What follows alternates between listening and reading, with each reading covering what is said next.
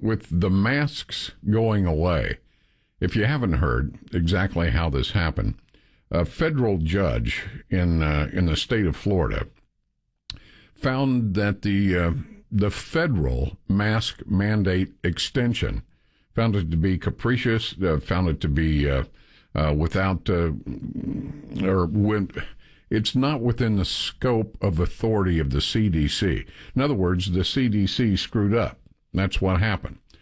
So he threw it out, and rightfully so. A lot of people are happy about that. A lot of people are saying it's about time. So now if you fly on an airline, if you take a bus or a train, public transit in general, you want to wear a mask, wear a mask. If you don't worry about it. And as you'll hear in our discussion, I don't ever think this was about vaccines, either to vaccinate or not vaccinate. It wasn't about that. It wasn't the mask, wear a mask, don't wear a mask. It was the mandate. Americans aren't good at being told what to do. Americans don't take well to being told to shut up and sit down. Now, there may be some countries where that flies a little easier, but probably not in America. I think that's what we saw as far as the division went on vaccines and masks. We're going to be talking with Sarah Buxbaum, an expert on extreme customer service. Thank you for being with me. Thank you so much for having me. Got one question right out of the box here. What is extreme customer service? Kind of like you said, customers are not numbers. I've been preaching this forever, especially during COVID. Your customers need to have a relationship with you, and a good one, and treat them as a friend and family. And I think that has kind of been forgotten in the last 2 years. More than ever. I wouldn't argue with that at all. Well, the striking down of the mask mandate extension, as I said, the response was immediate, and just about everyone I've talked to, or heard from, or read, is happy about this. Now, it doesn't mean you can't wear a mask. Obviously, if you want to wear one. But people were getting to the point, the breaking point, and we saw this on so many different cases on airlines. And as a private pilot, I hate traveling commercial air because you just don't know what's going to happen. And when you get people throwing punches and all the rest, 36,000 feet is not the place for that. No, it's not. I fly a lot. I know Southwest is in Dallas. Southwest is my go-to for everything. I fly with them about 70 to 80 times a year, and you really don't know what you're going to see when you step on an airplane. And I've seen all kinds of things, and I hope that goes away. I really do hope that people can just relax now. If they want to wear it. If, I hope the majority just is ready to live their life and just get back out there and travel.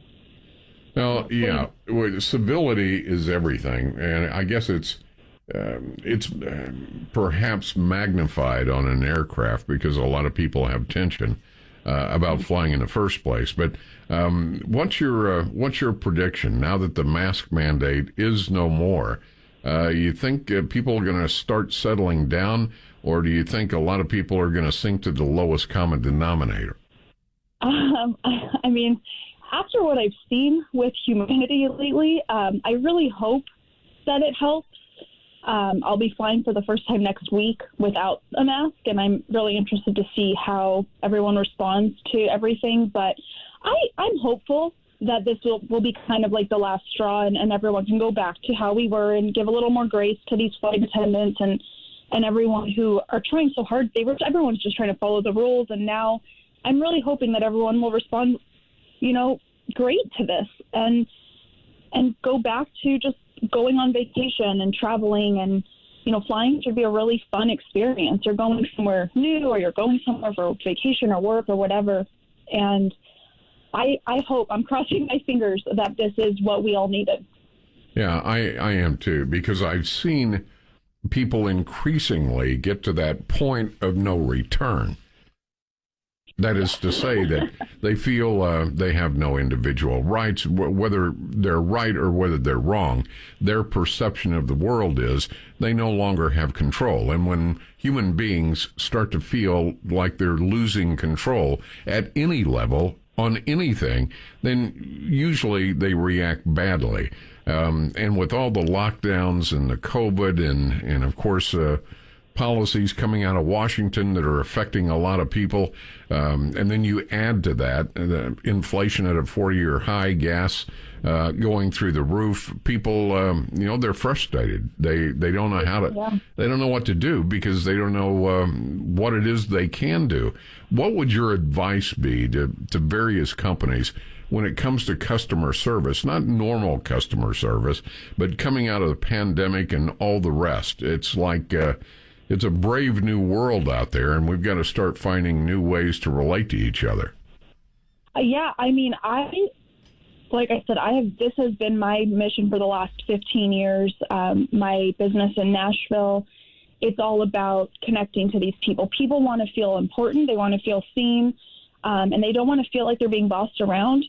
And so I think all businesses, airlines and everything, retail, restaurants, everything, really need to go the extra mile, whether that's a rewards program or something personal. I write thank you cards to all of my guests. I have a celebration oasis basically in Nashville where every detail matters. And I think people, the big companies, need to stop looking at just the bottom line and look at what they can do. Very small details make the biggest impact. I just had an amazing experience with Southwest. I had a really bad experience, and they really turned it around and have been extremely supportive and helping me fix. I was delayed in 2 cities last week, and more companies need to do that. But what does the customer need right now? And spend the extra $5 on that customer, because if they love you, they're going to stick with you forever. And if they hate you, not only are they going to leave, but they're going to tell everyone they know, post it all over social media, and your business is going to be destroyed. And so I hope that businesses take this all as an opportunity. And what can they do to stand out and make the experience better for the people that are paying for services? Don't treat customers like numbers. Treat them like people and care for them and have empathy. And customers, I think, need to do that too, not just the businesses, but, going in and barking orders at people doesn't get anyone anywhere, especially when everyone is tense and prices are high and everything. The agent I spoke to when I was having some issues, she actually thanked me for being kind to her.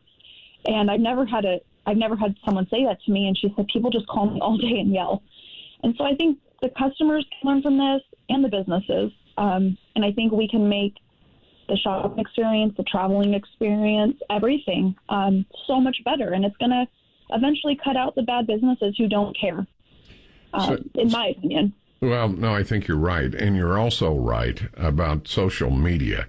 Social media can destroy your business, so don't dismiss people that, number one, you don't understand. I mean, it's one thing to disagree with someone if you understand their point of view, but to simply dismiss them because you don't know what's going on, don't leave it to social media because they can bury you.